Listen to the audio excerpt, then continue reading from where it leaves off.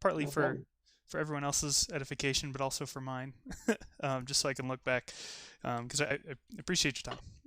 Um, well, cool. Just for the sake of the VOD, then. So we've got a guy in chat who's a very strong Go player. Some number of Dons. I never know. Um, it's funny. Like I think I said this before. For Q players, I can remember. If you tell me you're 6Q, I remember you're 6Q because I know what. Maybe because I can connect it. Like I've played 6Qs before, but for Don level players, it just means Don. You could be 8 Don or 4 Don, and that means the same to me. But anyway, guy in chat's a great teacher, strong player, and is going to be going through the atomic bomb game, which was played in Hiroshima. It was a 3-day game, and on the third day was when the bomb was dropped, and they were several kilometers outside of the city, far enough that I don't think there were any casualties there. I'm not sure, um, but at least. No, in fact, they weren't even aware until I think that evening or the next day Oh, is that the true? amount of the devastation. So Uh, they you know could feel it, and they took a break, and some windows were broken. I think I read somewhere that they were sort of paused when it went off, and one of the players was out in the garden of the house where they were playing mm, on the outskirts of Hiroshima, and was knocked off his feet by the blast yeah. or something like that. But no one was hurt in the area. But when survivors started coming into that area, that neighborhood, it was in the evening. I'm just reading an account here. Yeah, Sure. that evening, atomic bomb survivors started to pour into the Itsukaichi area, and the players began to understand the magnitude of the disaster Mm, and how lucky they were. And there's a little more context because they had played the first game in this finals on July 23rd in Hiroshima, in the city. And they were going to play the second game there as well, but the police chief ordered them not to. He was an amateur Go player himself. And during the first match, which was also several days in July, there were there was strafing bullet fire from airplanes that was impacting buildings around them. mm. And so they decided it was too dangerous and looked for a place outside the city. If they had played this match in the city, the whole history of Go in the 20th century would have been different because these two players did a lot, and they would not have survived most likely. So, And they were both, I think, fairly early in their careers at that time, right? yeah, Hashimoto was a little bit older and uh, had already won some titles. Iwamoto, I'm really bad with Japanese names. Sure. Iwamoto Kao, Kaoru, I think, is a little bit younger, and he actually is really important in the spread of Go during the 20th century. He traveled to Europe and the United States and set up clubs all over. He taught in London. So, yeah, if they had played where they were going to play in the center of the city, Go might not have spread as much as it did in the 20th century. Wow, that's awesome. But yeah, they're both pretty young, and this is the Honimbo tournament, the I think fourth or third or fourth um,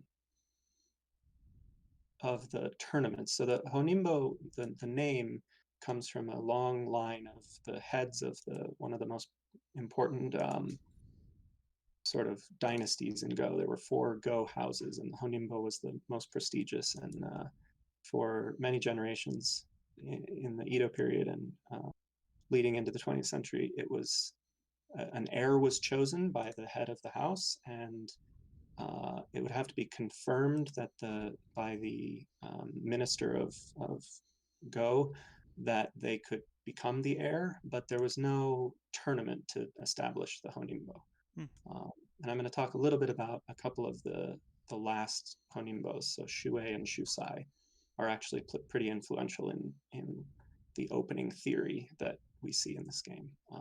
But when Shusai retired, the sort of traditional way of passing on the title was going away, and a tournament was set up. And I think this is the third iteration of that tournament. Hmm. So there would be a series of preliminary rounds to determine a challenger, and then they would play usually a 6 game series at that time. because they're still playing with no komi, and so they would alternate black, white, black, white. And in this case, it was actually a tie after three.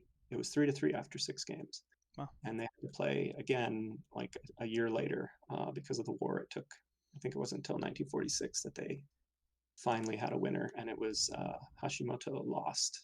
Oh, wow. And then he comes back and wins the Honimbo back in 1949, I think. So, but he's an amazing player. His career spans like 70 years. He's still winning titles into his 60s. I So love that. That's so cool. Because it's, I don't know. There's kind of an interesting thing in Go where like you should be able to play theoretically into your older age, as far as some ways of thinking about it, you should just get better with age. But there's something about the sharpness too. I mean, you really have to. I mean, it's exhausting to play long and difficult games. And that sort of endurance, I think, can wane with older age. But it doesn't for everybody, apparently. yeah, it's definitely rare to have. I mean, there have been several big name professionals that have competed at the highest level into their 50s, 60s, even 70s. But when you look at just the players who are winning the majority of titles, they're usually pretty young these days. Yeah. Actually, surprisingly young. Yeah, I know. Sometimes, like, yeah, Teenagers are like 20 years old and they're winning the biggest tournaments. it's just So wild. It just shows. I think that's that. I suspect a big part of that is how quickly the game is changing. I mean, because we were talking about this, right? 100 years ago, the style of Go was very different, noticeably different than professionals today. I'm curious if the style weren't continuously improving and were instead stagnant, if then older players would just get better because then they don't become sort of sticks in the mud, who can't adapt. that's that's possible. I think it also has a lot to do with the way the game is studied now, and especially with AI. Something that Michael Redmond talks a lot about is the difference between the traditional kind of solitary study of the student in historical Japan, where you would be given maybe 200 games of Shusaku or Dosaku or someone, and you're just sort of expected to play through them on your own and develop your own insights, and then you would play a teaching game with your mentor once a month or once every couple months, Hmm. and they would mark your improvement once a year at the annual Castle Games or wherever it was.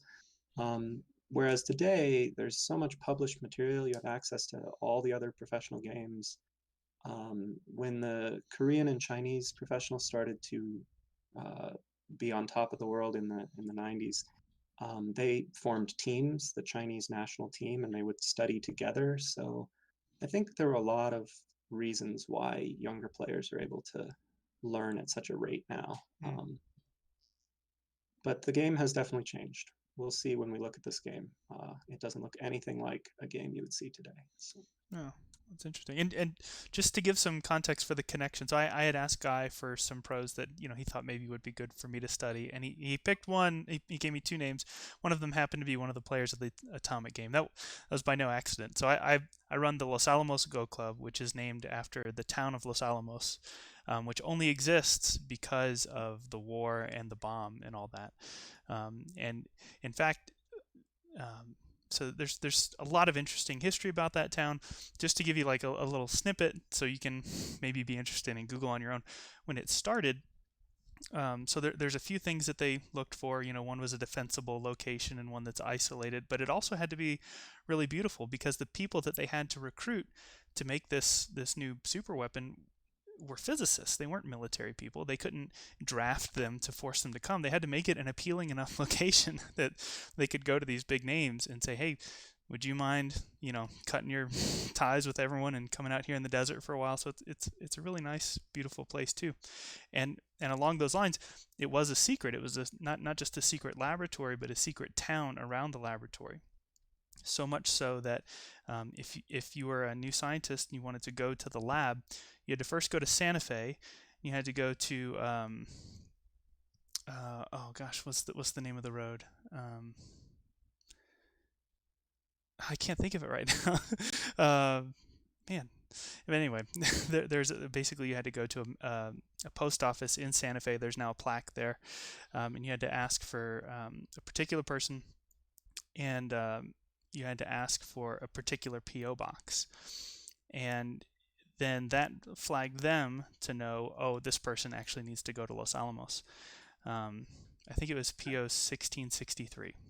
That's And really interesting. I didn't know about that code word kind of yeah, way of keeping secure. I did know that they named it the Manhattan Project to yeah, throw people off the scent. that's So right. uh, Yep. I think probably after a year or two, I would think that people figured out where it was, but maybe not. Well, so there were spies for sure. So, Yeah. foreign intelligence agencies knew about it, at least to some extent, but it wasn't officially opened as a city until like the 50s, I think. So it's actually it took quite a while. And you can imagine, right? Again, these are civilians. They're bringing their families and they're having children. If you were born in Los Alamos during the period when it was secret, your birth certificate doesn't say Los Alamos. It would say PO Box 1663, Santa Fe, New Mexico. So it's really interesting. And I mean, that's more secret than like Area 51, which by the way was published in newspapers. They called it like Paradise Valley at the time. I mean, they were trying to recruit people that way. Um, but yeah, Los Alamos was totally hush hush. So anyway, that's my connection to the town, and so this is, you know, it's weird. I don't want to just make light of it, right? Like this bomb was very significant, and I don't want to say, oh, that's neat, and this Go is related to that, so let's learn it. But um, I don't know. I feel a lot of emotional like connection with it, and so this is one that I think I would like to try to commit to memory, and Guy was kind enough to give us some commentary, so I really appreciate it. Guy, I'll let you take it away. Sure. Yeah. If yeah, if you're able to study it, usually it helps to go through a game at least twice. People often ask me, how should I start looking at pro games or studying other people's games? Um, I think the important thing is to go through the game multiple times and try to pause at moments and look for direction of play and where would the next big point be. But it's also important to, if you're going to use AI or you're going to read a book, or even make up your own variations, always try to compare what you're looking at to what happened in the game. And by doing that, the first game I ever memorized, for example, is the game of the century between Go Seigen and Shusai in, I forget the year. Here, I'll just throw some moves on the board. People probably have seen this game.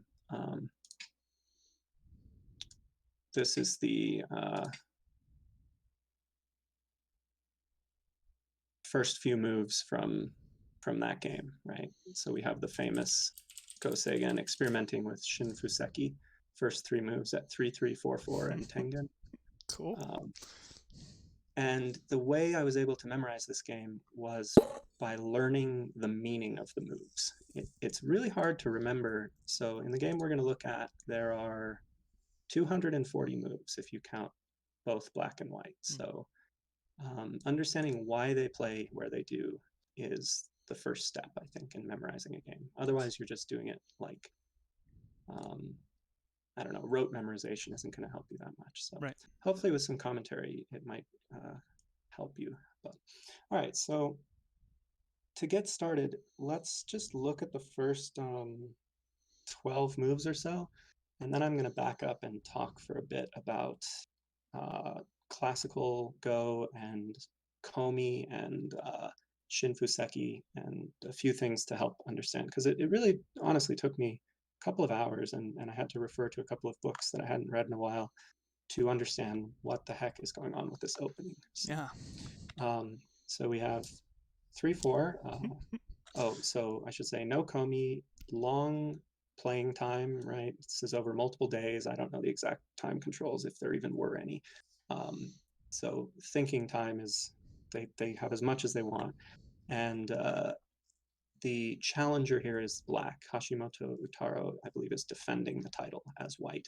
And white won the first game. This is the second game in the series. So Iwamoto won as white by a slim margin in game one.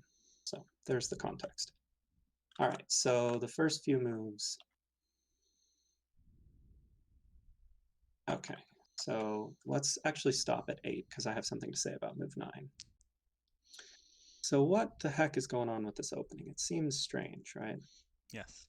But there's actually a meaning behind all of the moves and what's happening. So let's go way back in time to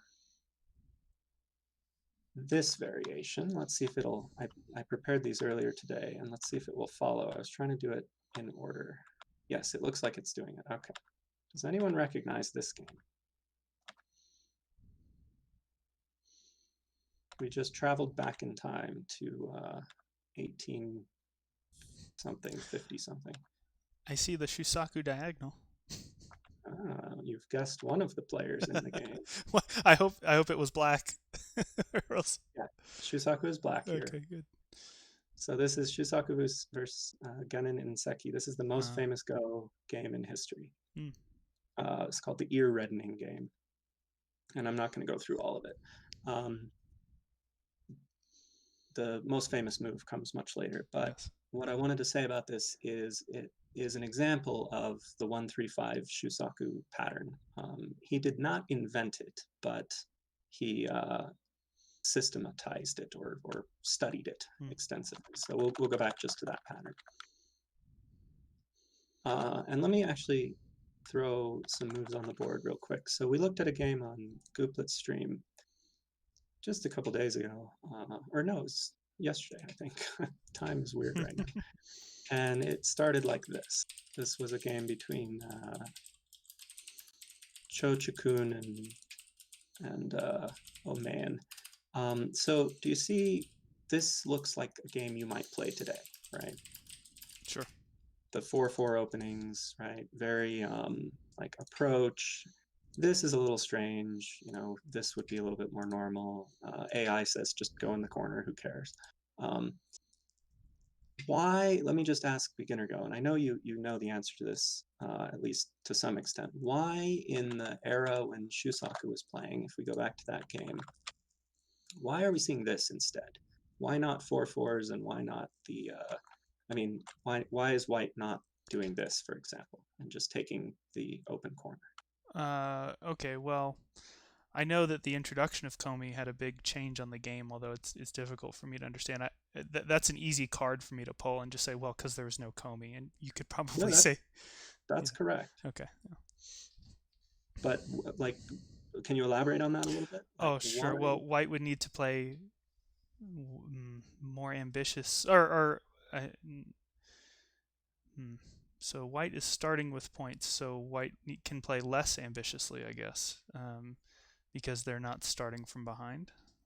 Yeah, one way to think about it is to use chess as a comparison. I'm not a very good chess player, but I think people usually understand the basic idea that white goes first in chess. So getting a draw is better for black. Like white playing it, when you start as white in chess and play for a draw, that's kind of like, well, why not play to win?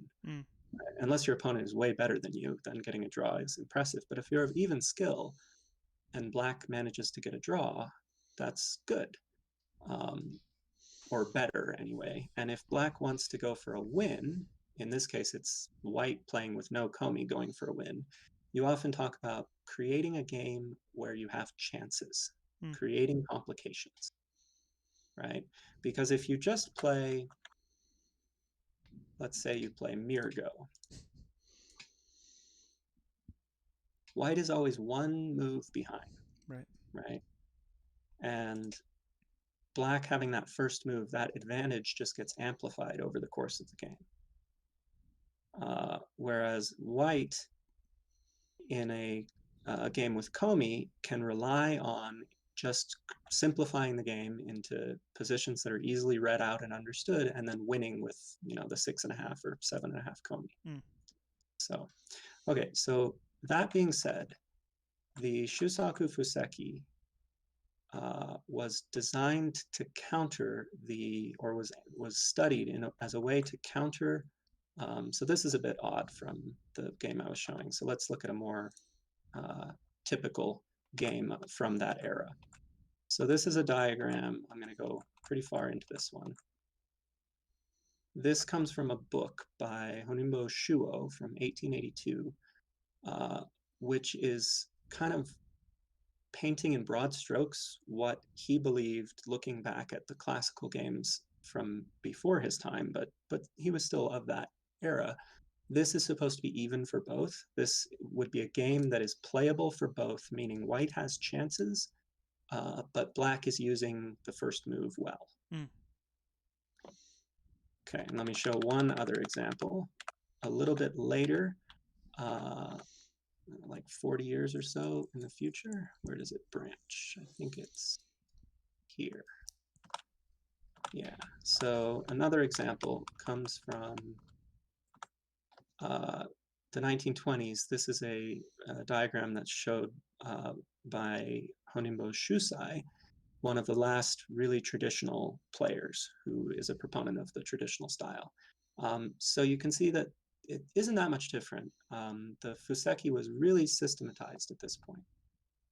And white in the so komi is being experimented with in the 20s and 30s, but the Shin Fuseki, which just means new theory or new opening theory, was players, especially Katani Minaru and Go Seigen, reanalyzing these old books and diagrams, especially this one that I showed before. Mm. They were reading this book and trying to say, well, does it really make sense for white to play this way? Or is there something else that you can do in the game to be more efficient? So some of the things that they were coming up with, for example, in one case, white might try this. So playing a star point, which has a huge effect on what can happen in the upper left. Mm. So in that first game we showed, Inseki feels it necessary to play a second move in the upper left. But when you play a star point, you don't need to do that. Mm. Whoops, here it is. Another idea is to play a high stone, and that means if black continues with the regular pattern, when you approach, you're planning to start fighting on kind of a larger scale on the top of the board, and you're inviting black to invade, and you're going to take a high position with this stone. So something that black experimented with for about 10 years around that time was playing this move in response. Or even, there are several games from this era where white does this and black would play here immediately.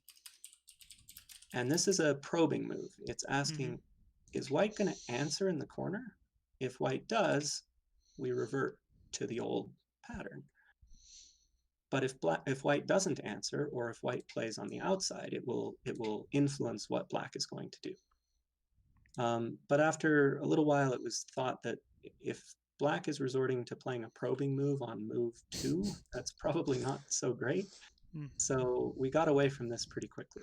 But this idea of playing this Takumoku, the 4-5 point, and black responding here, stuck around. And it stuck around especially in the teaching of someone who is really worth looking into, Segoi Kensaku, who had 3 notable students, Go Seigen, Hashimoto Utaro, and Cho Hun-hyun. So one from China, one from Korea, and one from Japan. That's so cool. All 3 of them went on to be some of the top players. Wow. Go Seigen, of course, lived in Japan, but he was born in China. And I think that Segoi probably did that on purpose. It was his way of sort of spreading Go to the world. So. Yeah. Okay, so there's a bunch of context. And now it starts to make sense, since white does not open with this, but this was played with no komi. And so in the game, oh, sorry, there was one more diagram I wanted to show, which can get complicated. No. This, okay. So one other idea to complicate the game is after the famous diagonal here, the Shusaku Kosumi, um, one other school of thought as to sort of how to play the game as white with no komi is to start a complicated fight in the lower right corner. Hmm. And so we have a lot of games that get into the taisha. I've given a simplified version of the taisha. This is actually joseki, but just to sort of keep it simple. And black typically doesn't really like this. It lets white take control of the game. Also, it should be noted that if this sort of had persisted with no komi, we probably would have seen, instead of that, we would have seen some kind of an avalanche, because that is also a very complicated joseki with many variations. But the taisha was the one that was sort of the go-to to create a complicated fight. So many games without komi start in the lower right with a fight. All right, enough context. Let's get into the actual game. So this sort of invites complications. Black says, I'm going to preempt, because I know your teacher, Segoi, was a big fan of the move here at A, and the move at B was the best response in his book. And Hashimoto says, yeah, but I'm still going to do it because I've studied it, and it's also showing fighting spirit, right? So Yeah. it's like, and these players would both understand that being talked about under the board, right? Absolutely. Yes. There's Yeah. a conversation going on here.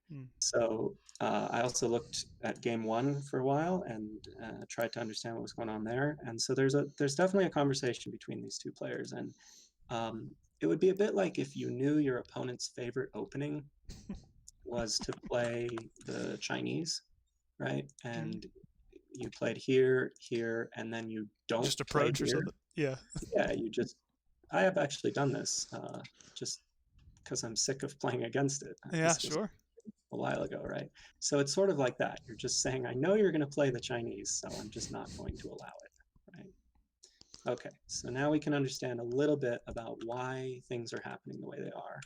Of course, black takes the last corner, but this is showing an appreciation for Shinfuseki, because at this time in 1945, it still would have been more common, and I think it probably would have been played here to play a 3-4 point.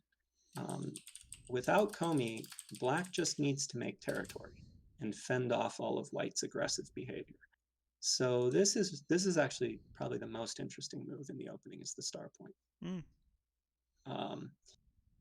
And then white approaches, still sort of inviting. So what white wants to have happen is exactly what does. White wants black to invade the upper left, start a fight there, and then see if white can get the first move to approach the upper right. And we get the invasion here. It would be kind of strange to do it now, because I think white would either double approach or just ignore you. So responding once and responding in sort of a flexible way, right? This is harder to get pressed down if you respond here, and then the fighting in the upper right goes, according to white's design in some way that gives white outside influence, then you can get pressed down much more easily with a stone here. Sure. So black is anticipating something happening in the upper right, so plays high here. And then white encloses and still giving the opportunity to invade. So the other option would be here and then starting the taisha or some variation in the lower right. But I think it makes more sense to invite the complications in the upper left. Now, it would have been fine to play at A. This is what Katago recommends. And you've probably seen this. This is right. Yeah, that's what I would have, I'm sure, done. Something like this. Who knows? There's a lot of variations. If black wants to get really creative, you can even just do this and play sort of a faster opening. Mm. But that wasn't very popular at the time. And I'm in my comment here, I wrote that this would simplify the game for white, or Mm. rather for black. This would be white simplifying the game. So instead, white says, let's ask the question in the upper right and see what you're going to do. And then black plays on the outside. And this is considered a mistake by AI. AI says this is just better 90% of the time. You should just be playing this for both sides. It's very rare for in the high approach, and it's interesting, right? Because it's almost like we could reverse the order. Like white played here, and then black played here, and now white high approaches Yeah. here. That's basically what happened. Mm-hmm. But the sort of prevailing wisdom at the time is don't give your opponent multiple high outside positions. So they want to struggle to have positions on the outside in the open. So we get this. There was a Joseki that was popular at the time that starts here, and it goes like this. It's kind of cool because it looks very similar to up to this point. I won't get into the rest of it, but it looks a lot like the flying knife version of a 3-3 invasion that the AI really likes these days. Huh. And I wasn't even aware when I was researching this. I found this in an old Joseki book. It looks really modern, but they don't decide to play this. There's another branch where you can just extend here. This would have probably been too easy for white, right? Black would not be happy here because it ends in gote, and white would just play another move. And because it's still open to go this way or this way, like what is black really doing with this wall? Now, what about black c15 instead of e15? I mean, that also seems like a simplifying variation and kind of going on, what you've talked about so far. It seems like black might be looking for that kind of simplification. C15 instead of e15. I mean, at the very start. At the very start. Oh yeah, this is the top AI move in this position, and it would result in this, which was played at the time. But I think black is worried about the white having these, what I was talking about, these high positions, right? So, if you pincer now, white's going to shoulder hit. You can't really stop this stone from living in the corner or causing trouble later. Yeah. And it just, at that time, I think it's more about the style of the time. Now we sort of understand that when you take corners, I think AI follows the proverb of corner, side, center more than any human player ever did. When you take the corners and you give your opponent big walls and influence and thickness on the outside, you can still invade and reduce. Yes. But it was seen as like you're going to fall behind in the opening, because white doesn't necessarily have to play at the star point here. White can take control in the upper right here. So, but you're absolutely right. It would be, if I was playing a game with no Komi as black, I would play there immediately and just take points. So, all right. So they play this, which is an older Joseki, but I still see this occasionally. Interestingly, this is very popular at that time, and even today. White will usually jump and black will answer. But Katago, when you get to here, actually says the game moves are ideal. This is what you're supposed to play next. Oh, interesting. Which is what they played. And I find that very interesting. It's a strange looking shape, but it's remarkably strong. The black corner is very solid here. Yeah, it's weird to me that white is somewhat floating there. Well, white has directions to run, stone to work with here, and this shape I commented that the black corner is very strong. This is a very resilient shape. Sure. But yeah, it seems odd. Um, but you have to remember, because of the way this went, it was like a high approach Yes. against this. So it was black's corner. So the result should not be Right. perfectly even. Sure. It's white approaching black's corner in this situation. Yes. So we would expect black to be a little bit better off. So white plays on one of the two open areas of the board, and black responds, and then white jumps to here, which is a big move. It's not the biggest. At this point, the AI is saying, actually for a few moves, is saying that h3 is the best play for white. Yeah, G14 blew my mind. That's one of the ones where I was like, oh, I need someone better than me to look at this. 'Cause, it's just it's so in the center. I don't know. It's so high. Definitely a move I would consider playing. Yeah. It's a move that Kotago considers. It's in the top 4 or 5. So Kotago is more interested in playing here, and this is hard for black to deal with because the corner is still open. Yes. And now you have a double wing formation. It's kind of weird because they're so far apart, the wings, but this is sort of nice. I think what the white player here is worried about is if black pincers, then maybe just what you were saying, this floating group can come under attack. And if it comes under attack on sort of a, for example, if something happens down here and white is forced to just live over here, I'm just making things up, that's probably not how it would go. But if it comes under attack in this manner, black may be able to pincer the stone here, and white will be forced to either run or go into the corner, and black is actually building a very large area in this. Yeah. This would be difficult to reduce at this point.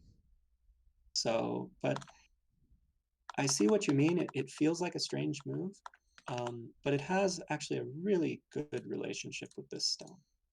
That makes sense. Sure. It's very difficult for black to decide what to do here. If you pincer, you're open to being invaded here and here. So what is the pincer actually doing? And if you play more aggressively with a shoulder hit, it's probably not going to go very well. Because again, this one stone sitting here is just countering all of your potential inputs. So it's a very cool move. I like it. I said I would consider it. I guess after seeing this game, I should be more honest. I will consider it now. I don't think I would find this in one of my games, but as soon as it's played, I see sort of the thinking behind it. Yeah. Okay, so this was slow. Kotago says this is a mistake. I agree. Luckily, white answers it. So black should have played here or here. It's the last big open area on the board. We don't really know, again, what to do about the marked stones, so just leave it. When in doubt, Tanuki. So this makes a lot of sense. And when black plays here, white should ignore it and play here. And this would give white kind of an edge in the opening. Whoever plays there first is going to get the advantage. And this is just an artifact of games from a time I don't completely understand. This exchange makes sense locally, but playing it now, kind of, I have no idea. Okay. It's hard to analyze that. But. Yeah. Okay, so going on with the opening, black now plays here, which I would say black is doing well. You can see after the next few moves, this is one of my favorite moves in the game. You can see the potentials that they're both building, right? The white potential on this side and the black potential on this side. This move here has a follow-up against the stone here, and it is following a proverb that I recommend people learn, which says, use the horse's head or the giraffe's neck to expand your moyo. So to give some context to that proverb, a lot of moves have names. This is called the dog's face. This is the horse's head. or horse's face, and then the really big one is the giraffe's neck. Ah, I wanted to call it the anteater. All right. I could be wrong. I'm No, going no, off. please. And you can name moves whatever you want, but I do like that they use animals, and it makes a lot of sense. So like if you try this sort of thing without the stone here, you're just going to get cut, Right, right. right? And you're not building a moyo if you're just immediately starting a fight. But when the black stone is there, if white backs off sort of passively, you can see that the sort of follow up, you just naturally build the wall of your moyo, Mm. right? Or your area of influence.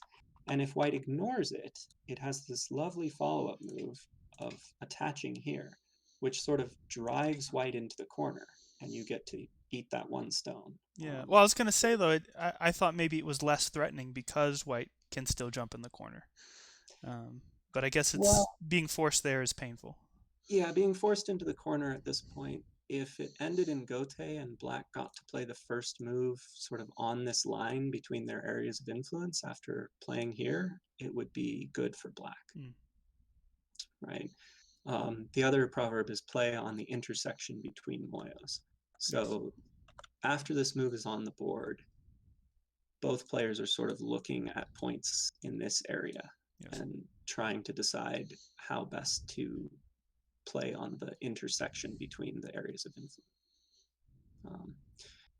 Another thing about this move, it's one of Yi Cheng-ho's favorite moves. So, he was #1 in the world for like 11 years, so it can't be a bad move. Okay. Okay, so white plays low, which Katago actually agrees with. I find it very odd. I would want to play, if I'm going to play there, I would want to play the shoulder hit. Yeah. Because it's the intersection of the moyos, but there's some shenanigans that can happen with this move, and that happens later, so it sort of makes Yeah. sense. That when that happens too, it's really interesting. That feels like kind of a probing move S4, and I feel like it gets wasted in game. But there might be potential to it that I don't understand or something. S4 is actually does a lot of work in this game. Ah, so that's so I'll interesting. try to explain it, but Yeah, yeah. it bamboozles white, and white doesn't handle it correctly. Awesome. So it's a very exciting move. Okay, excuse me, I'm just getting some water here.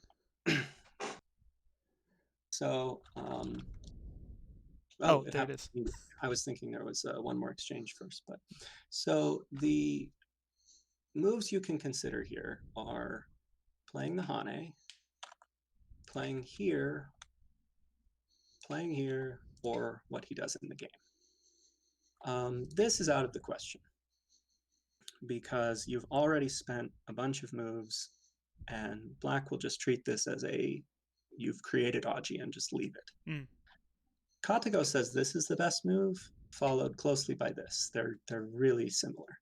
Interesting. And Black will just leave the position for now and play here immediately, looking at, actually in both cases, looking at the connection here, or in some cases, white will play a move up in this area and then play sort of aggressively, and I don't remember the whole variation, but something gets exchanged over on this side, and then Black ends up living in the side. So there's a lot of potential with that stone.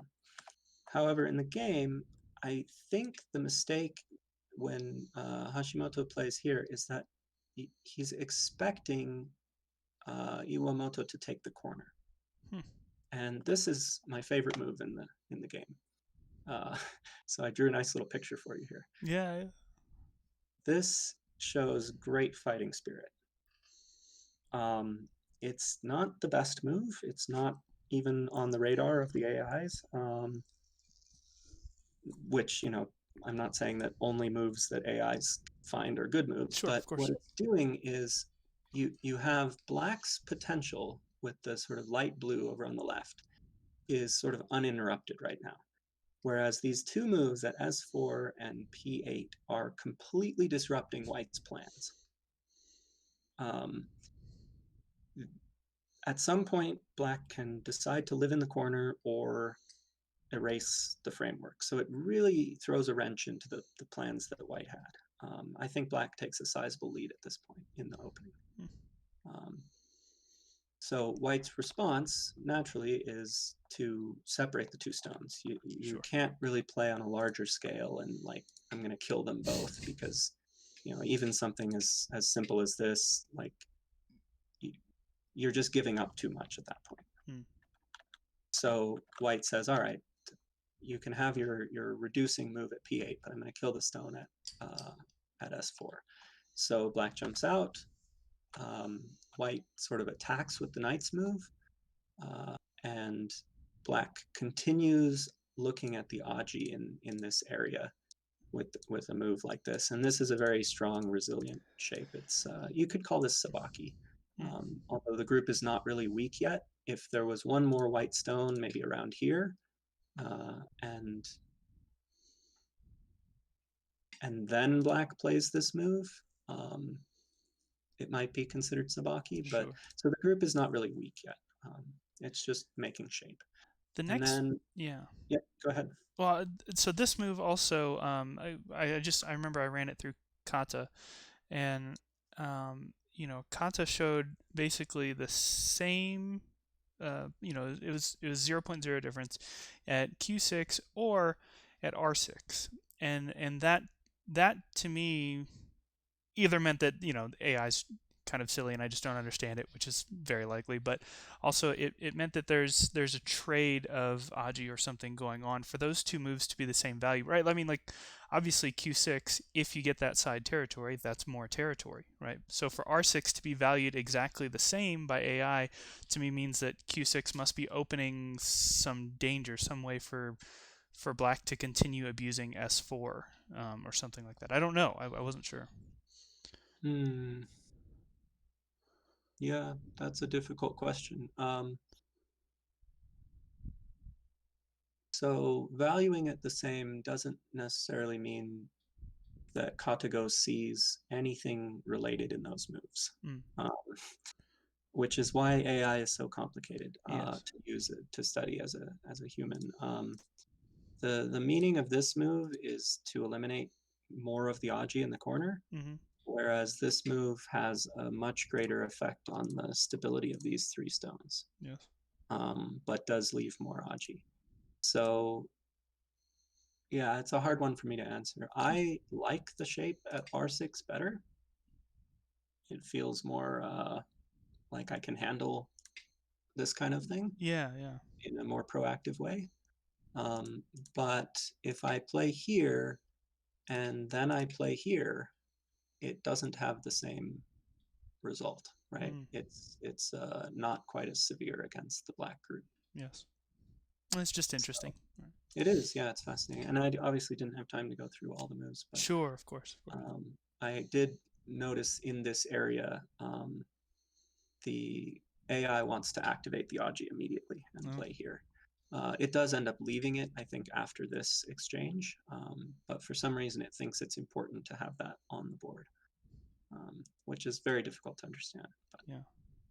so they proceed sort of away from this area. It's hard to see how to continue, and this is Hashimoto fighting back. So this is the reply, right? This move is White's reply to the move that I liked so much at p8. Okay. So Nice. now White is going to destroy Black's potential. And there's a lot of ways to do so. The AI actually says that you can actually just invade the 3-3 because this is Go and that's what you do in Go. But this does make sense to the AI. Once you put this on the board, it tries to refute it this way, and it leads to the corner getting taken anyway. Mm, And in the game, the refutation is the Hane on top, which, like I was showing with the X's, still leaves the weaknesses here and here. yes. So White extends. Now this weakness is handled, at least to some extent. But when White turns here, we can see that the sort of there's been a trade, right? This got carved out of the White potential, but it moved over here. Mm, right? So white can be fairly happy with this result. I think after black played here, white was uncomfortable, but this has worked out pretty well. When black plays here, it's a little bit of a mistake, but it doesn't get punished. So always be cautious with this shape. Do you know how to punish this by any chance? No, I have no idea. That just So, looks stably connected to me. oh yeah, it's far from connected. So the weakness is to cut the knight by aiming at the this point here, which is the waist of the knight. If you try to cut here, it doesn't work, Sure, right? I can see that. Yeah. You can see that. But when you cut here, if black defends, then you cut here, and you obviously can't do that. So when you do this, black will play here, Mm, here, here, and what happens is a big trade. And this probably shouldn't be played now. It doesn't end up getting played at all, but this was a weakness in the shape. The benefit of this is, just to follow the variation through a little bit, um, black will end up connecting to the stones on this side, but having a stone here just wrecks this corner. yeah, yeah. It's like the corner is just disappearing. So white should have found a time to play this, but it never happens. So okay, so white jumps. Black obviously is going to make some shape here. White. This is a good lesson in fighting. If you hane, you're actually helping black to make shape. Yeah, yeah, I see that. This is a table shape, and you're still leaving a weakness in your own shape. So, you know, it's usually correct when you get attached to, the most common thing to do is play the hane. But when you don't want to give your opponent good shape, a common example of this is, let me back up to when white plays here. If white plays this, it can be tempting, and it's almost always correct to play the hane and retreat.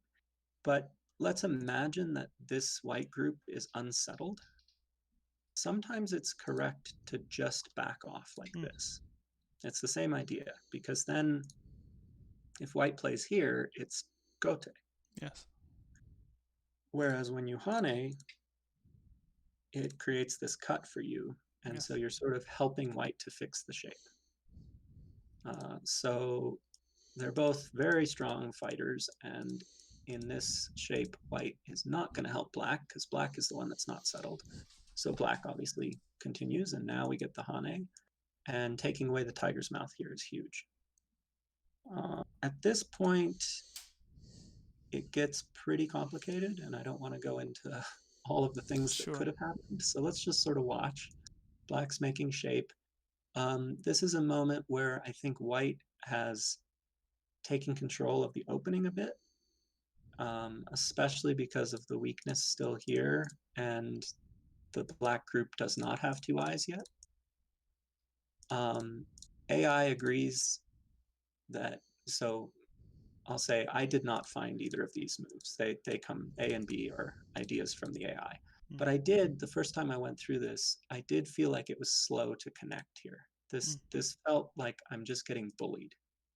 yes. So I wanted to do something else. I was looking at like something on the top, or maybe activating the Aji in the corner. Even though you're giving, if you do something like this, you're giving the Panuki, it's not really a problem because black's shape here is so strong. So they say, you know, this is worth 30 points, but when it's sitting in the middle of all this black Right. power, it's, I don't know, 2 points. Yeah, yeah. It's not worth much. Uh, so I wanted to try to take back control of the opening. And the AI suggested these two moves at A and B. The one at A is really exciting. It gets into a pretty big capturing race that there's a ko, and but I don't think we have time for all of it. Um, so black connects, and white sort of loosely surrounding some stones here, still eyeing this cut, and black plays on top. Hane, extend, push. White does not cut, which is like I would really want to cut here. I don't remember if I asked Ka to go, but it feels weird not to, so white just defends, and when black jumps, the group is 99% alive. Yeah.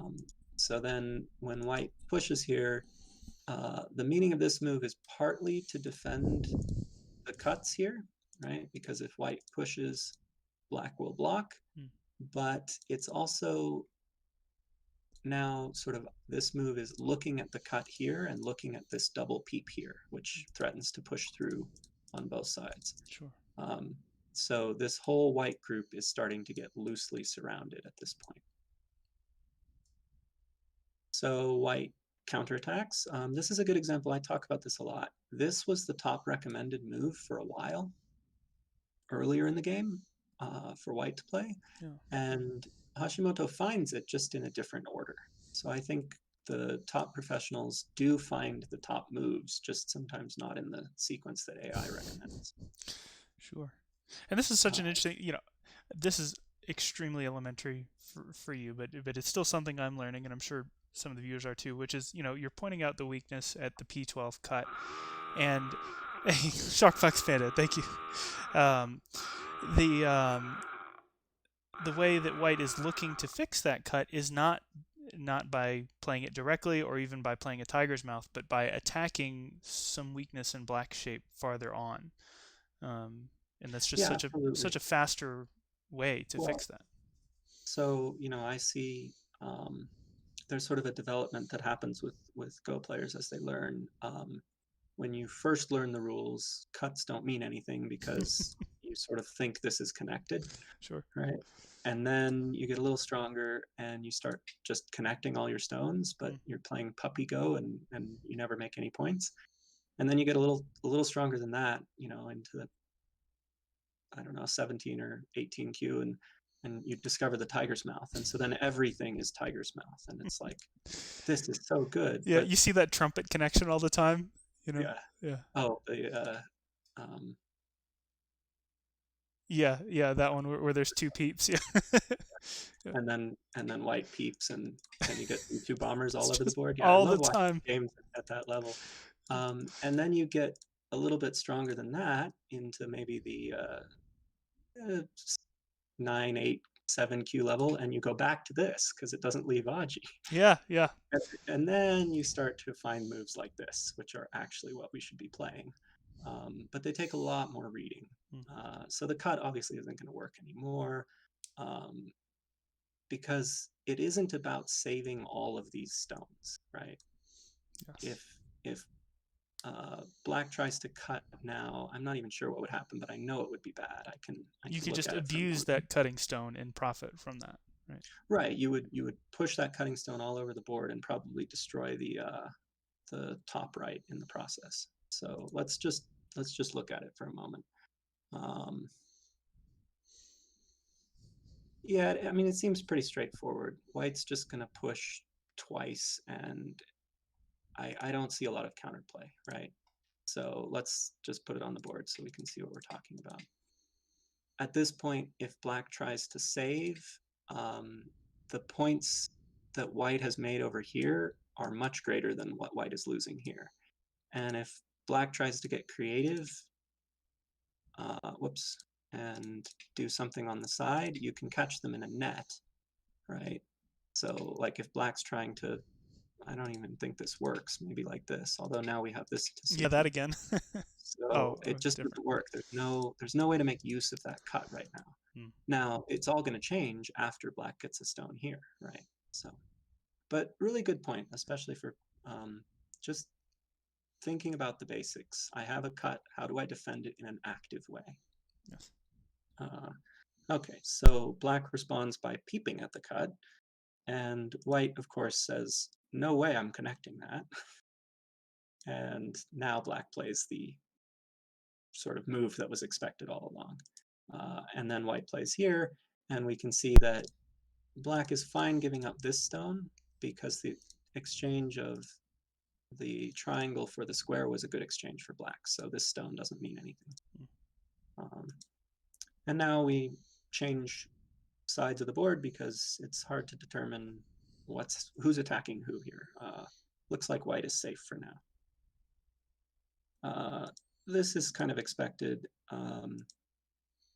This is very interesting, and it goes back to what we said about this versus this, the A versus B. So even though black plays one more move here, this still exists as an idea. Yes. It could have been played at some point. Whereas if the white stone, if I move it to here, it's not a possibility. Sure. So I think that's probably why Q6 was played there. But in the game, white ignores it and goes up here. And this is where I get the feeling after these moves on the top, especially this one, that Hashimoto Utaro was starting to feel good about this game. Yeah. I think the game. Yeah. Let's see, what move are we on? I'll check. 82. I think Katago says that it is within 4 points, and for a professional, yeah, they can feel the difference between, black starts with an advantage of maybe 6 points. So you can feel that white has made progress reducing the advantage of the first move.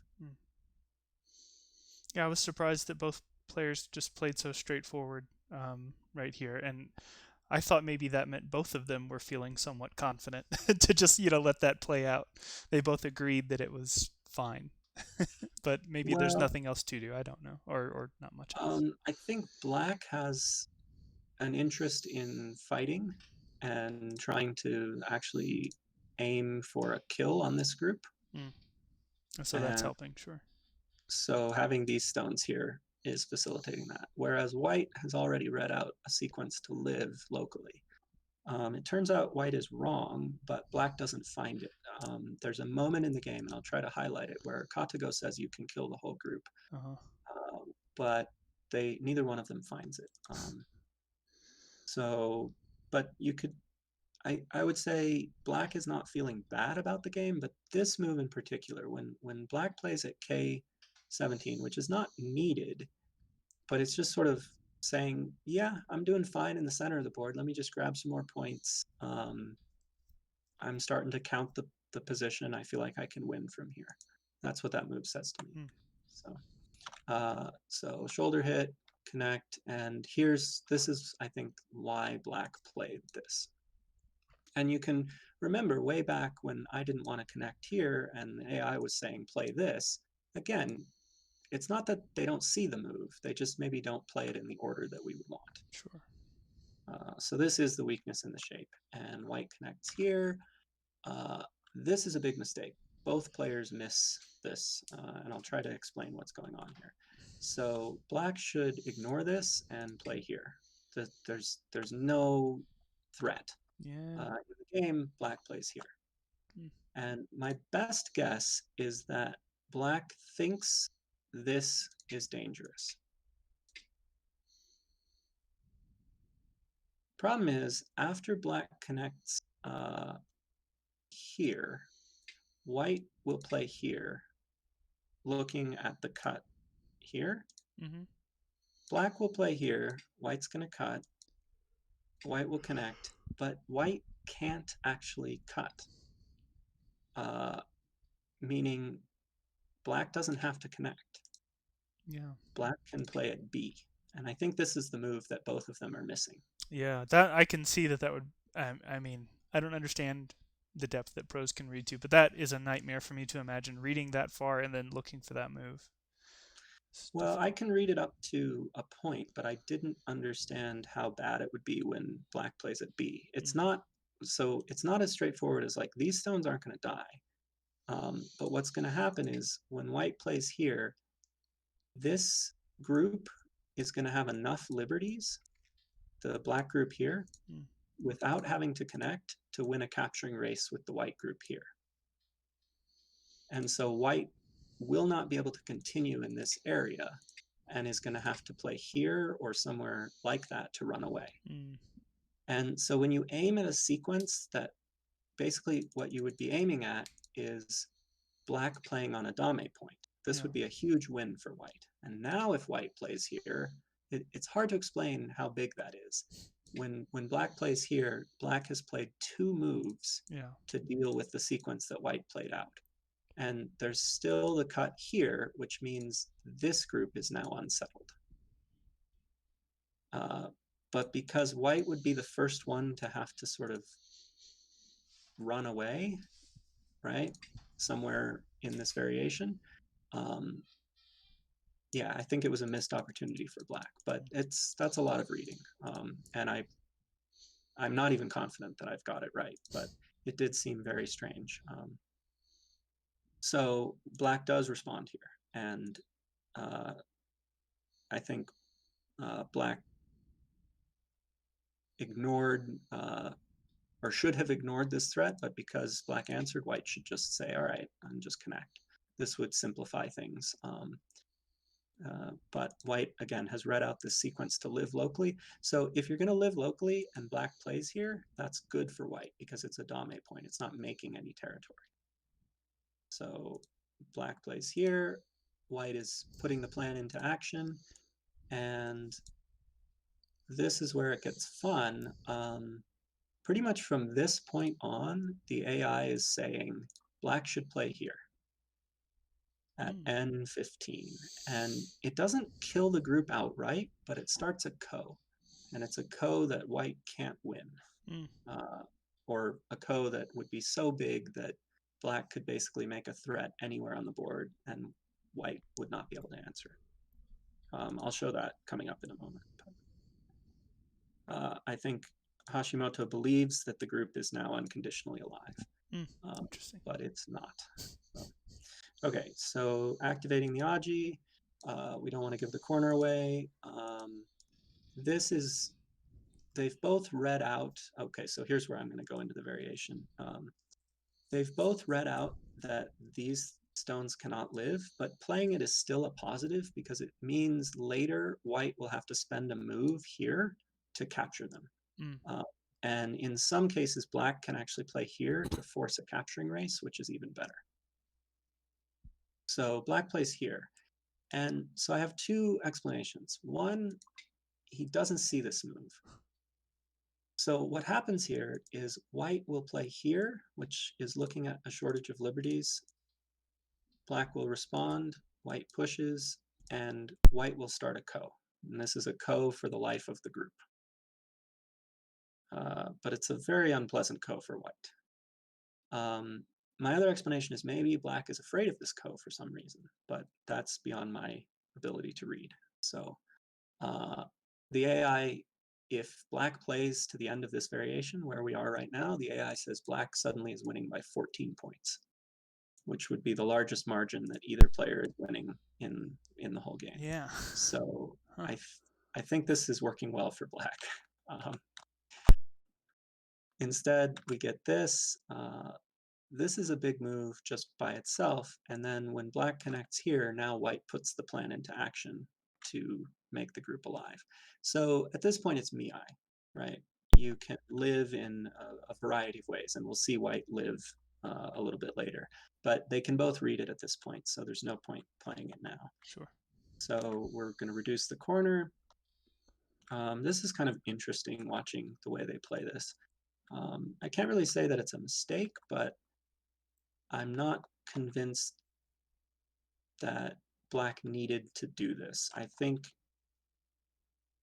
right here, black could have played here. And it would be probably difficult for white to handle because if you do this, white really needs to connect here to save the 3 stones. If white connects here, white still has to connect here. And this would be problematic. So I'm not really sure why black chooses not to play this. I think it's because this is seen as bad style to allow yourself to get squeezed like this. Yeah. But it just made a lot of sense to look at. So instead, nobody makes any points in this area. And white doesn't even play the sort of normal Atari when you would expect. So that was baffling to me. Now we're approaching the end game. The only thing that's left to decide is how does this group live, and what's going to happen with the Aji here. Yeah. The rest of it's just endgame moves. So so now comes the Atari, which it felt like Black could have played here. Although Katago actually says this is smaller than what Black played, so I'm going to defer. So when White plays the Atari and connects, now we really are into the end game, except for this move here, which is really big, and the way White chooses to live instead of connect, which is very cool. So at this point, when Black plays here, it's threatening the eye space, and White could just play here. That would make sense to me. But instead, first White cuts, and then cuts here, and when Black captures, White plays here, and now Black cannot connect, and that means this is an eye and this is an eye, which is a really cool way to go about it. And White managed to scrape out some extra points here. So, so the danger, of course, is if Black has a stone here already, Black could play here and then here, and now the group will die. Except, of course, you can still connect, but it would have been easier to just connect, but I like the way that White did this. It was very stylish. Yeah. So now White's alive, and now they're just playing out the end game. So the last thing that could have really changed the outcome, so my note here is that the game is getting good for White. At this point, there is an opportunity, and this actually has a large effect. This is the recommended AI move, and as soon as I saw it, it made sense to me. So it doesn't win the capturing race by any means. But when Black plays here, White is forced to do this and then start the race. And it reduces the amount of points by quite a bit, because White is forced to play several moves in his own territory and loses the points on this side. So this would have probably brought, White is winning at this point, but it could have brought it back to like within 1 or 2 points. But Black sort of misses that chance, and when White plays here, I'd say the game is over. It's a player of his caliber can read to the end of the game and count the game at this point. Given enough time, I could probably count the game at this point. There really just aren't enough areas where something exciting can happen, right? Each position that you look at, if you look at this, you can just figure out, is it Sente, is it Gote, how much is it worth? I might make a mistake, but it's not that difficult. So let me pause for a moment, because I've been talking for a while, and if you have comments or questions, and then I'll go through the end game kind of quickly, because I don't think there's a ton to learn from it. I mean, there's another 100 moves almost. I know. Well, I remember thinking that too when I was going through it, is how early I thought, are we just in endgame right now? Are these just little chipping away points here and there? Yeah, there really isn't that much that can happen from this position. And the graph on the AI bears that out. It's very stable for the last 80 moves or so. White is up by 4 points, and then 3.5 points, and then 4 points, and it just stays steady. Yeah. And y'all in chat, please feel free to drop any comments or questions right now too. One thing, as long as we're talking about counting, the only use that I really, the only way I try to apply counting in game, except for lately when I've been trying to copy you and try to tie games, is I really just ballpark. Am I significantly ahead, significantly behind, or is it close? And those are the only 3 things that really govern my play at all, because it just governs sort of my risk-reward tolerance, where, if I feel behind, I'm willing to play more risky. If I feel ahead, I'm willing to play more solid. And if I think it's close, then I'm stressed, But, to me, right, plus or minus, I don't know, 8 points would be close. Probably we would just round it to 10 for me. Yeah, no, absolutely. I've heard a saying about, like, if you're behind by 50 points as a DDK, resign. If you're behind by 20 points as a SDK, resign. And if you're behind by going into the end game, not like in the middle game where you make a mistake, because anything can still happen. But when you can sort of get an estimate of the score, and if you're behind by 10 points as a Dawn player, uh, you should resign, and as a high Dawn player, you can count within a couple of points from even from a position like this. And it's not like I don't really do it in most of my games. I don't want to, I do it as sort of a fun thing to do when I'm teaching. Mm, But when I'm just playing for fun, I play much more like you do. I have a general feeling of am I ahead or am I behind? And it's more to do with like, how did the different phases of the game go? mm, Did I feel good about the opening? During the middle game, did I feel like I got ahead or am I behind? And I probably have a better sense of that than you, but not significantly. I mm. would imagine there is that thing that we talked about on your stream a couple weeks ago, where I think weaker players tend to overvalue their opponent's territory and undervalue their own. Yes. You get better at like realizing, especially as white, realizing the value of Comey. Mm, And so you can sort of look at a game and be like, I think I have enough to win, especially with Comey. And then you can play more defensively. Um, I see a lot of weaker players. They're ahead by 25 points on the board, and then they like try some invasion that's just crazy aggressive. And it's like, you're winning. Why? Just reduce slightly. You'll be fine. yeah. Well, I sort of did that in one of my games with Gooplet, and I remember you commented on it. You're like, "Well, this is the one way you could lose is by invading that deep." Yeah, Yeah, I think you won anyway I because you did, were but it ahead. worked out. But I remember that it was on the top of the board, Hmm. and all you needed to do was shoulder hit, and you were fine. But Yeah. you were like, nope, we're gonna live in this area.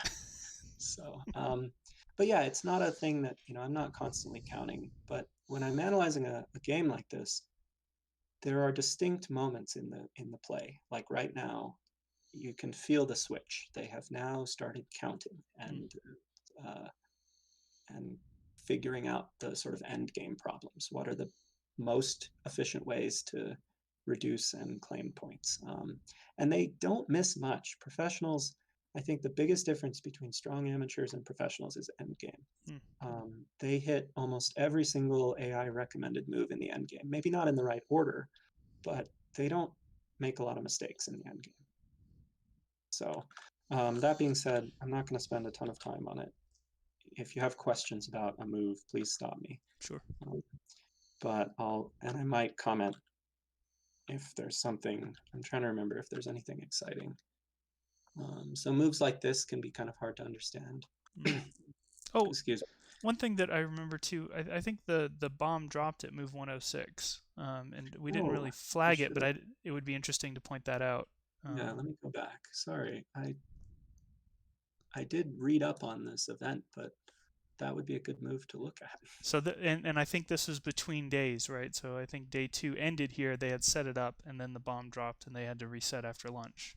Um, Mm. yeah. Yeah, when you do an image search on Google for Atomic Bomb game, this is the image of the board that Mm. comes up. So I recognized it from this position just Uh, because I was curious. I was looking for pictures of the players to show you. I couldn't find any really good ones. I found one of Hashimoto Taro and Segoe Kensaku, his teacher, but I couldn't find one of these two players together. mm. But now that I'm seeing this board state, I remember this too. So I guess this is the picture that's out there floating around. This must be when they paused. So Yeah, it's interesting. Well, cool. I just huh, wanted to note, and no, I'm trying to remember back to your commentary if there was anything that like was particularly striking at that point. Maybe if either player yeah. was impacted differently by that event. Um, Um, but it's interesting. so the interesting thing here is that it almost marks the end of the middle game Mm, because when white plays here, it's now Miai to live, right? White yeah. can now live by connecting, right, with a double Atari. So if black gets aggressive, in the game, white ends up answering this, but white can now play here and play this double Atari to live, Yeah. or uh, play here and capture these stones. So the group is now alive. There's no danger anymore. Before the exchange of this for this, there was still the possibility of black playing here and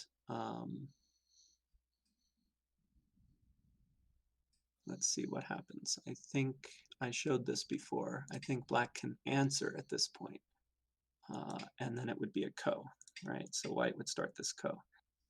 It's a scary ko, but so if black connects and white cuts here, yeah, the white group can't live locally, so white needs to win the ko. But my feeling is that black didn't want to play this for some reason, maybe thought could win without it, or didn't see it, which is actually a possibility. But yeah, it's interesting. It's almost like this is the end of the fighting, right at that move. Now they're going to play the end game. Yeah. So interesting. Sorry to interrupt. Just no, that's good. It's funny. I've looked at this game 2 or 3 times, and I've never really studied it before yesterday and today. But I never thought to like ask the question. I've known the story for 15 years, but at what move is it supposed to have been paused when the bomb actually went off? So we looked at this and why it was sort of odd, and then they play the exchanges and this clever way of making 2 eyes, and now we're looking at the end game. Again, I really think black just missed this. It's about a 3-point difference. So, and it's forced. There's nothing white can do about it, because if white says no, I'm going to make points over here. If white plays or if black plays here, you just lose the captures. So the whole sequence is basically forced. Do you think pride would stop? I mean, do you think it's a move that black considered and just thought it wasn't profitable, and so just didn't play it because No, I think it's just overlooking it. It's not an easy move to find. It's I found it by mistake because I was trying to find a sequence where black could do something in the corner, and then I was like, can I extend liberties? And then I was like, no, this isn't working. But when I looked at it, I went, oh, but this forces white to spend moves to capture. And so then I checked it with the AI, and sure enough, it changes the score. I think you could, if you play it optimally, white will still win, but it's like a 1-point game instead of 5. So it's, it's a hard move to see, because when you play something like this, you can read almost instantly that you're losing the capturing race.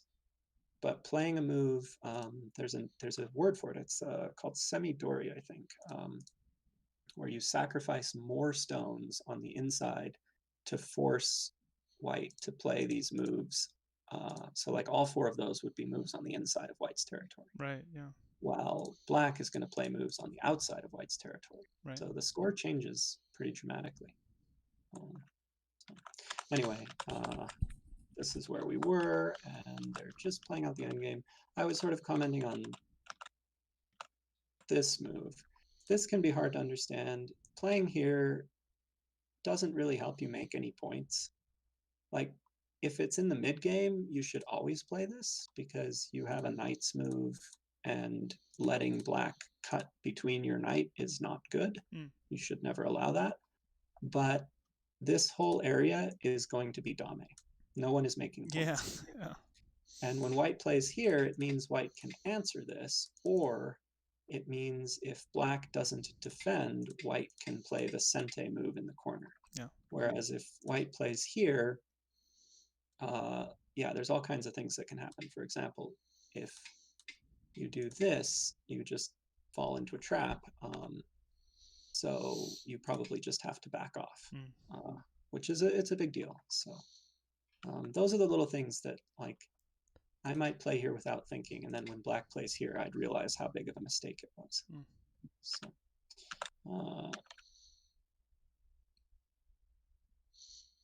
and white does end up getting both of those, D19 and also A4. So I sort of lied. When black plays here, black is deciding to make points in this area because white didn't play here, but it's a trade for the points black would have made here. Right. Okay. So it's trading one for the other. So white obviously can't give up all of the stones, so has to connect out. But this one stone is going to die, but it's going to be traded for the sente endgame that white gets in the corner. and yeah, there was no way to save everything over there. This was a little odd to me. Oh, no, it made sense.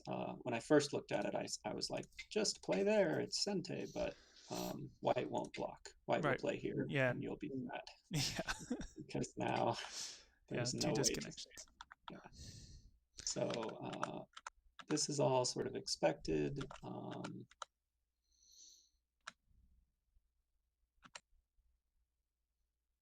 I think at some point I'm going to do a video or maybe on one of these streams do a talk on Endgame and actually prepare some problems Mm. because it's so different than the rest of the game.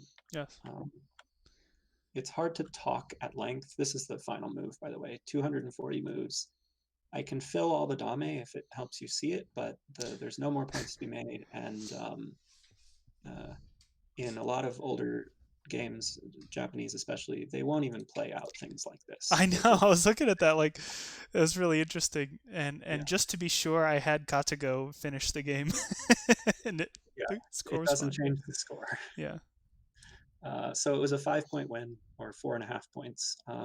I had a really long argument with Leela earlier today about Komi. She was not pleased. Uh, so I can use my GPU to put games through Leela, Hmm. and she can analyze up to like 80,000 variations. It's really exciting. I had to use Katago because with games where there's no Komi, which this is one of them, when you change it to no Komi and then you play a variation and then you go back to the main branch, Leela automatically changes the Komi back to 6.5 or 7.5 Chinese rules. She's a very equitable AI. Mm. So yeah, we were arguing for a good hour. I was trying to get her to play the whole game out with 80,000 variations, but she wouldn't do it. So this was only like 8,000 variations with Katago, something like You that. know, and there's so much end game in this game, and maybe there are in many. I haven't reviewed a lot of pro games yet, but I wonder if it would be a good exercise to like fork the game at the point when we said, okay, this is basically end game, and put your opponent as Kata or Leela, and then just see how close you can get to the actual game result. See how optimally you can play the end game, and just keep trying on the same board state, just to Mhm. to try to optimize that, and then kind of generalize it. That's a really cool idea as a teaching tool or a study tool.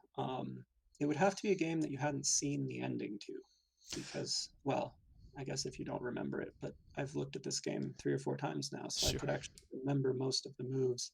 But if it was a game where you told me, like, white is supposed to win by 5 points, Mm. play it out, and playing against the computer, I would probably not win. And then if I did it again, I might get closer. That's a really cool idea. Mm. Um, There is a great video, one of the AlphaGo games, AlphaGo versus AlphaGo Zero, I think, that Michael Redman analyzes, Yeah, yeah. where he spends a good 30 minutes on the end game. I forget the number, but it's worth watching. I'll look for it. Mm. Michael Uh, Redman is truly a treasure to the English Go world. well, he goes through like 8 different long sequences to try to flip a half-point game, and he decides it can't be done. It's Wow. really cool to watch, though, because the AI is saying it's a half-point game 50 moves out from the end, and he wants to try to Yeah. and he just can't do it. But you can tell he spent all afternoon doing it. So I really respect that. Yeah. Anyway, if there are no further questions or comments, that was the Atomic Bomb game. Played it in August 4th through the 6th, 1945. White won by 4.5 points. And they went on to play 4 more games in the series, alternating wins and losses. So it was a tie. A year later, they played a follow-up game, playoff of 3 games, and Iwamoto won the Honimbo title and held it for the next 2 years. So Incredible. Awesome. there's your pro review. Thanks for inviting me. Please. Thank you, Guy. It And really. yeah, I'll quiz you in a few weeks, see if you've got it memorized, because it Yeah. is a good tool. This one is a really hard one. I would, if I was going to pick a game to start with, it would not be this one. But Yeah. if you can do it. Well, I'm not thinking of doing it because I think it will help me improve quickly. I feel just an emotional connection to it, you know, and that's why I'm interested. You know, we could call that part of my 80% fun time and not my 20% study time or something like that, you know. Well, I think it'll help regardless. Just Mm, your it'll help with your reading, mm, just as a, having to visualize where the stones are going to go. But it's not a straightforward game. The game that I show a lot of folks is a game by Yi Cheng Ho from 1992, when he was first coming on the scene, and it's like the moves are natural; they all make sense. And that's the one that one or one from Takagawa Kaku, mm, playing against actually Hashimoto Utaro in the same tournament, but it's like 20 years after this game. mm. They're both games where all of the moves sort of you could find them yourself, which is rare for pro games. This game in the opening, like I get lost right around here Yeah. because I actually after looking at it 4 or 5 times, I think I could do it up to about here now. But and I would remember the moves that really caught my eye, but Yeah. I definitely couldn't do this whole game. So. Yeah. All right. Well, thank you very much. That was great. And at least for the VOD, we'll go ahead and end it here. So I'll say that. Okay. And then the VOD has ended.